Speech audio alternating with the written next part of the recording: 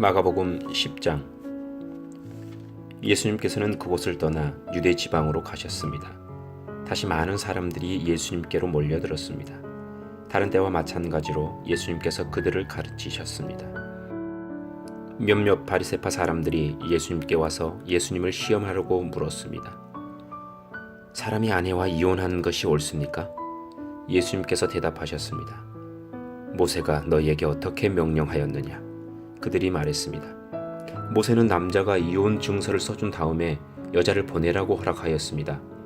예수님께서 말씀하셨습니다. 너희의 마음이 굳어 있어서 모세가 이런 명령을 썼다.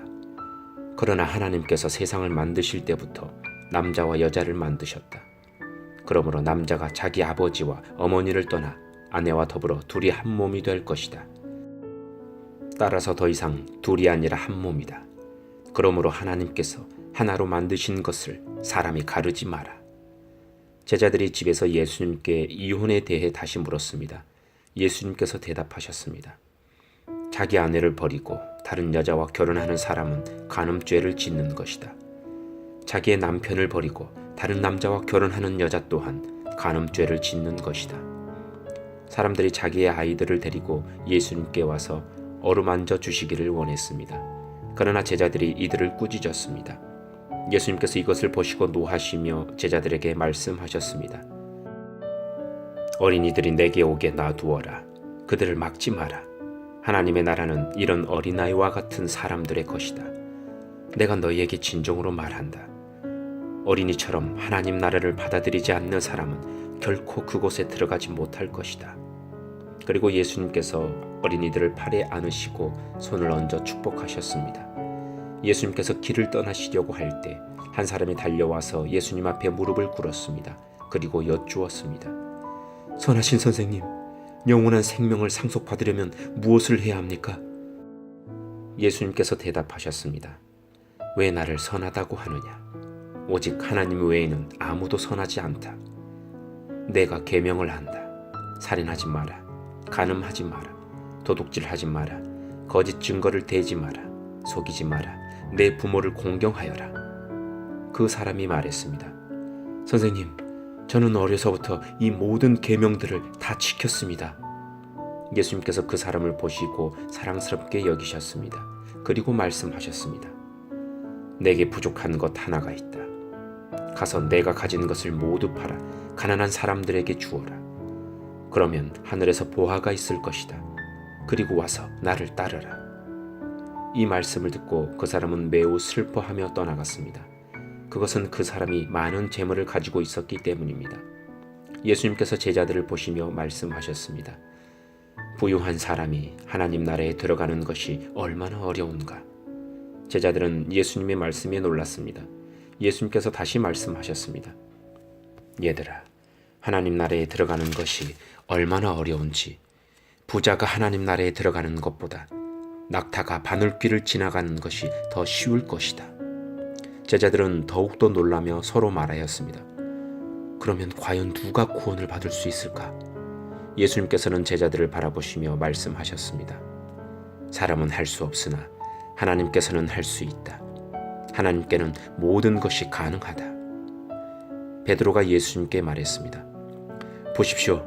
우리는 선생님을 따르려고 모든 것을 버렸습니다. 예수님께서 말씀하셨습니다. 내가 너희에게 진정으로 말한다. 나와 복음을 위해 자기 집과 형제 자매, 어머니, 아버지, 자식 또는 밭을 버린 사람은 이 세상에서 핍박과 함께 집, 형제 자매, 어머니 그리고 자녀, 밭을 100배로 받을 것이다. 그리고 오는 세대에서는 영원한 생명을 얻을 것이다. 첫째가 꼴찌가 되고 꼴찌가 첫째가 되는 사람이 많을 것이다. 예루살렘으로 올라가는 길에 예수님께서 사람들보다 먼저 걸어가셨습니다. 제자들이 놀랐고 뒤따르던 사람들도 두려워했습니다. 예수님께서 12 제자를 따로 부르셔서 어떤 일이 예수님에게 일어날지 말씀하기 시작하셨습니다. 보아라, 우리는 지금 예루살렘으로 간다. 인자가 대제사장과 율법학자들에게 넘겨질 것이다. 그들은 인자에게 사형을 선고하고 이방 사람들에게 넘겨줄 것이다. 이방 사람들은 인자를 조롱하고 침을 뱉고 채찍으로 때리고 죽일 것이다. 그러나 인자는 3일 뒤에 다시 살아날 것이다. 세베대의 두 아들인 야고보와 요한이 예수님께 와서 말했습니다. 선생님, 우리의 소원을 들어주시기를 원합니다. 예수님께서 물으셨습니다. 너희가 내게 무엇을 원하느냐? 그들이 대답했습니다. 저희가 주의 영광스러운 나라에서 선생님의 오른쪽과 왼쪽에 앉게 허락해 주십시오. 예수님께서 대답하셨습니다. 너희가 요구하는 것이 무엇인지를 알지 못하는구나. 너희는 내가 마시는 잔을 마실 수 있느냐? 그리고 내가 받는 세례를 받을 수 있느냐? 그들이 대답했습니다. 예, 우리는 할 수 있습니다. 예수님께서 그들에게 말씀하셨습니다. 내가 마시는 잔을 너희가 마시며 내가 받는 세례를 너희가 받을 것이다. 그러나 내 오른쪽이나 왼쪽에 앉는 것은 내가 허락하는 것이 아니다. 이 자리들은 정해놓은 사람에게 돌아갈 것이다. 이 말을 듣고 나머지 10명의 제자들이 야고보와 요한에게 화를 내기 시작했습니다. 예수님께서 제자들을 부르시고 말씀하셨습니다. 너희가 아는 것처럼 이방 사람들의 통치자라는 사람들은 사람들을 지배하려고 한다. 고관들도 사람들에게 세도를 부린다. 그러나 너희는 그래서는 안 된다. 누구든지 너희 중에서 높아지려거든 종이 되어야 한다. 누구든지 너희 중에서 첫째가 되려거든 모든 사람의 종이 되어야 한다. 인자도 섬김을 받으러 온 것이 아니라 섬기러 왔다. 인자는 자기 생명을 많은 사람의 대속물로 주려고 왔다. 예수님과 제자들이 여리고에 왔습니다. 예수님께서 제자들과 많은 사람들과 함께 여리고를 떠나실 때 디메오의 아들인 바디메오라고 하는 앞을 보지 못하는 거지가 길가에 앉아 있었습니다.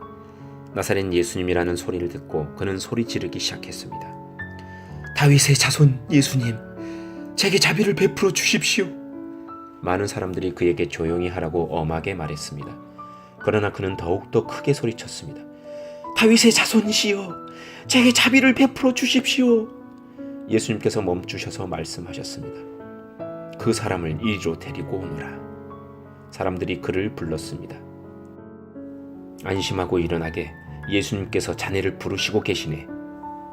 그는 겉옷을 거기에 두고 벌떡 일어나 예수님께로 갔습니다. 예수님께서 그에게 물으셨습니다. 무엇을 해주길 원하느냐? 보지 못하는 자가 대답했습니다. 선생님, 다시 보기를 원합니다. 예수님께서 가거라, 내 믿음이 너를 낫게 하였다 라고 말씀하셨습니다. 그 즉시 그는 보게 되었고 예수님을 따라 나섰습니다. 아멘.